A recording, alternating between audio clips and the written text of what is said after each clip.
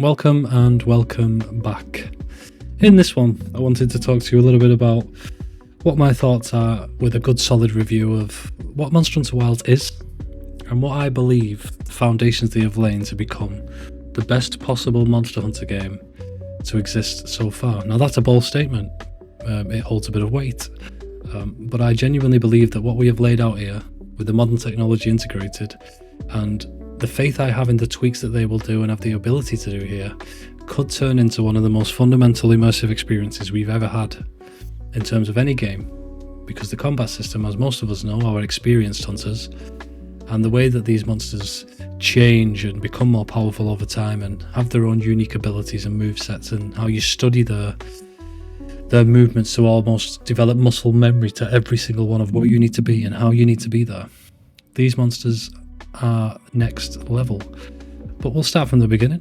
We'll talk about the story, and I'll talk to you about what I do like and what I think could have been improved, and then we'll move into more of where I think this game's going to go. But starting from the off, let's talk about launch. I think launch was smooth. Yes, it wasn't the most masterpiece of optimized beauty that we would have loved to have played, but it was working and it was solid and the servers were stable, and I'm a PC player. I run a 4080 Super. I'm very blessed in that manner where I saved up some money to get a decent enough PC that previous to this game I knew that I was going to be in a comfortable spot to run it after testing it on the beta and giving it a few tweaks and lowering a few settings to get that 4K 70-80 frame per second window and still be comfortable and enjoy this experience, and I'm happy with that. Some parts of it were a little bit jaggy and some things didn't really work that well, but it's fine. I wasn't here for that. I was here for the hunt. And as far as my brain was concerned, if the hunt was good, I was in. Because that's what I wanted again. I wanted that fresh hunt, new Monster Hunter feel. And it provided it tenfold. Into the story and going through them first chapters and starting to get to know the cast and what they had put together here. I'm not a story-driven person. I don't get into a game for the story. It's very, very rare that you can get me with it. You can kind of really get me to buy into the characters and stuff, because I'm more interested in being able to customize my character, squeeze what I can out of the builds, try different things and focus on the hunt and become a better hunter in an action-based way. And I didn't expect the story to give me anything, but this story did. The relationship with Alma, giving you permission to go and keep this ecosystem alive and make sure that you could action the correct actions, and then Nata being who he is, and as much as he's kind of the opposite of what the gameplay loop is in this game, he still provided a bit of human nature, which caught me off guard. So going through the biggest moments in the game, let's obviously talk about the by my own order. Completely caught me off guard against Zoshia the first time around.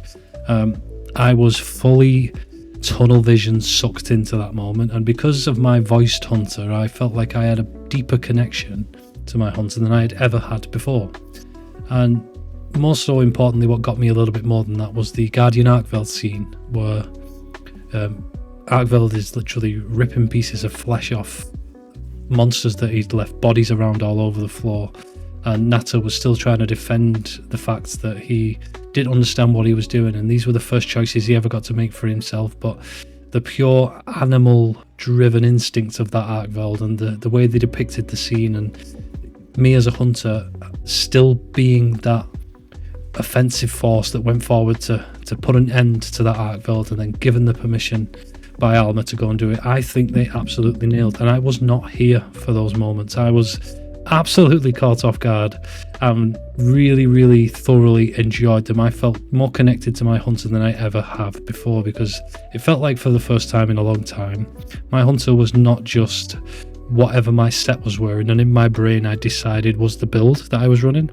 My hunter was an absolute connection to me, because I felt like I would have said some of the things that my hunter was going to say in them scenes, and I was impressed, blown away, really, really happy. It gave me something I didn't want from the game but got anyway, which helped me form a bit of a deeper connection with this and really enjoyed them moments. And then moving into getting into endgame and where I usually find myself in these style of games, but I come from more role-based games that are role-playing games, usually MMOs, things with intricate systems where you can design your own character build and commit to a role within a dungeon, for example. Let's say whether you've got a healer, a tank, a DPS, and join a team and work cooperatively to come against a big boss, but making sure that you're fulfilling your role, and the build that you've designed and worked on over time is going to help optimize you in them scenarios.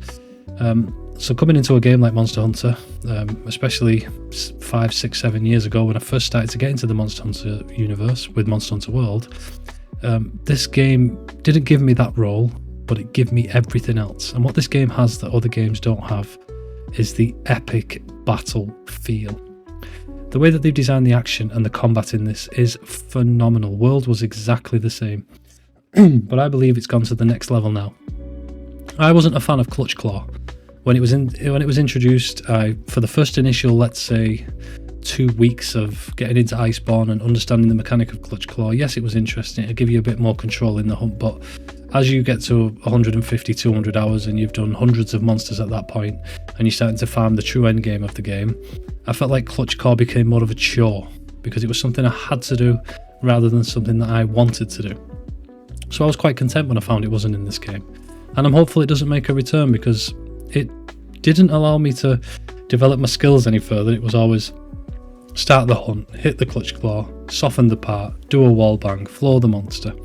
And it just took something away from me where I felt like I wanted to earn that knockdown and be more precise and develop my skills a bit better to be a more aggressive hunter and put out a bit more damage and do more to that monster. And I think the wound system does that in this game, because what the wound system does is it allows you to aim for body parts that you wouldn't normally aim for. You'd go for things that, like if I aim for a foot now, because a tempered monster's got a big white scar on its foot, it enables me to keep up a DPS window but think differently and cycle through different animations and different styles of combat to ensure that at the right time I can trigger that wound, put out a bit of damage on it and then topple that monster. Plus we also want to farm the rewards, which is nice from that, so we can go to the Melder and cash them all in. But really big fan of the wound system, and I'm going to enjoy the fact that hopefully as they move into more difficult monsters, that wound system becomes a little bit more difficult to achieve and it'll have more of a payoff when you actually pull it off. But yeah, big fan. Love it. Great.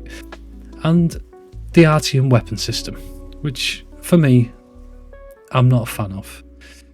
I like to have a deep connection with my hunter, and cinematically and the way that I would design an armor set or put it together in like a themed build, if it was like a charge blade, for example, that I want to go more like a paladin style look because I'm also a defensive powerhouse as well as an offensive powerhouse.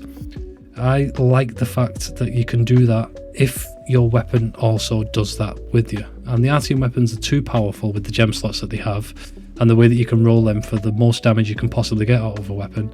They take away the fact that you cannot really forge that deeper connection with your hunter because you're bound by such a simple design that isn't good enough, in my opinion. And when you bring in layered weapons, you're going to be able to choose what you want, and it's going to fundamentally change that interaction with your hunter overnight.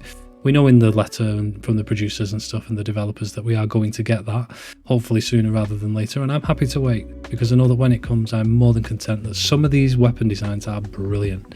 And even like, for example, the old school style gore magala classic Thanos style double-ended sword that is an insect glaive with dragon in purple is an absolutely gorgeous looking weapon, and with the right build and theme and rotating that round with the sheer size of it makes you feel that little bit more powerful just wielding that glaive. And I want to be able to extend that feeling through all of the weapons, so it's going to be a good chance for them to give us that, and I'm really excited for that. But not a big fan of the Artian system. Do like the way you can re-roll the weapons, but I miss the old way of farming streamstones and building your own weapon in your own particular style and then defining what attributes that weapon has via a system that it takes a long time to farm. And I think the Artian system was very, very good in that aspect. But it's not a problem because we can fix it moving forwards from there. And the typical endgame loop, I've enjoyed. The 14 weapon types, the customizability, the way that you can really go for two very different builds and they will feel very different in combat has been absolutely nailed by this. But most importantly, the key fact I wanted to talk about in this Monster Hunter is the moments that it creates. Let's talk about the offset system, for example.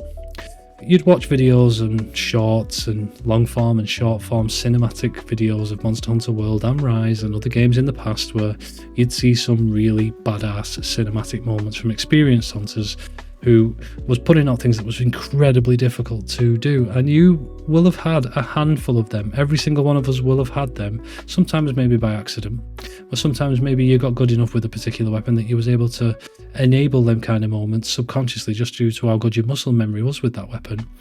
And the offset attacks now have given the everyday man the ability to hit a cinematic moment with some really outstanding good monsters. And I love that. And it's still tricky enough that you've to be excellent with it. Your timing has got to be phenomenal, and it's going to take a level of study to achieve that greatness. So I think they've nailed it with the offset attacks. Yes, they can be incredibly powerful, especially if you learn to cycle them over and over again. But if you're playing in more of a cinematic way where you're trying to create a true battle between you and this monster, and you've got past the point of worrying about survivability, which we're not in that window right now because the game is not that difficult where you're going to die on a consistent basis, especially if you have the correct build against a certain monster. You should have no problem at all taking these monsters down. Even for the new hunters, it might take you a little bit longer than someone who's a speedrunner, for example, but it doesn't matter because it's the experience that you're getting that matters. But talking about moments like that and the true feel that you get from this game when you're locked in, zoned into the moment, you against that monster, and you enable yourself to put out a huge amount of damage, it is an incredible thing. And I think moving forwards from here, once they update this game and bring in some more content and we get the collaboration content come in and they bring some absolutely outstanding new additions like Lagiacrus to this game with a little bit more difficulty, we are on course here for the best Monster Hunter ever.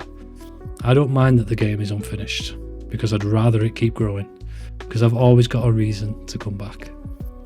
But there you go, there's my thoughts. This is where I'm at right now in the game. Just wanted to share a little snippet of it, and if you're a new player or you're considering Monster Hunter and you somehow find yourself stumbling across this video, I would say 100% give it a shot, because you've got nothing to lose by doing it. And you will do nothing but enjoy yourself. You don't have to stretch this game to the nth degree and min-max every single individual system. You don't have to do that. But you will get something out of this game that other games won't give you. And that is true immersion. Some people like story, some people like combat, but I promise you that in the combat in this game, you will be in the best possible spot. You will be able to learn a weapon that fits your personality and enables you to be someone you've never been in a game like this before, because you're going to be able to design a character, learn a combat system, study a series of monsters, and share that journey with your friends in a cooperative way, because this is not a competitive game. It's a game where you and your friends can get together, especially as the content slowly starts to get more difficult. You're going to have to find ways where you can work together as a team to really be able to put some of these big monsters down, and that feeling alone when you pull that off brings people together much more than any kind of competitive game out there. But yeah, those are my thoughts. If you've got anything to add to that, or you disagree with me, or you do agree with any of the points, please pop them in the comments below. And if you need anything, always drop me a message and I will get back to every single one of you. But yeah, until the next one, leave a like and subscribe. You know the vibes. Peace.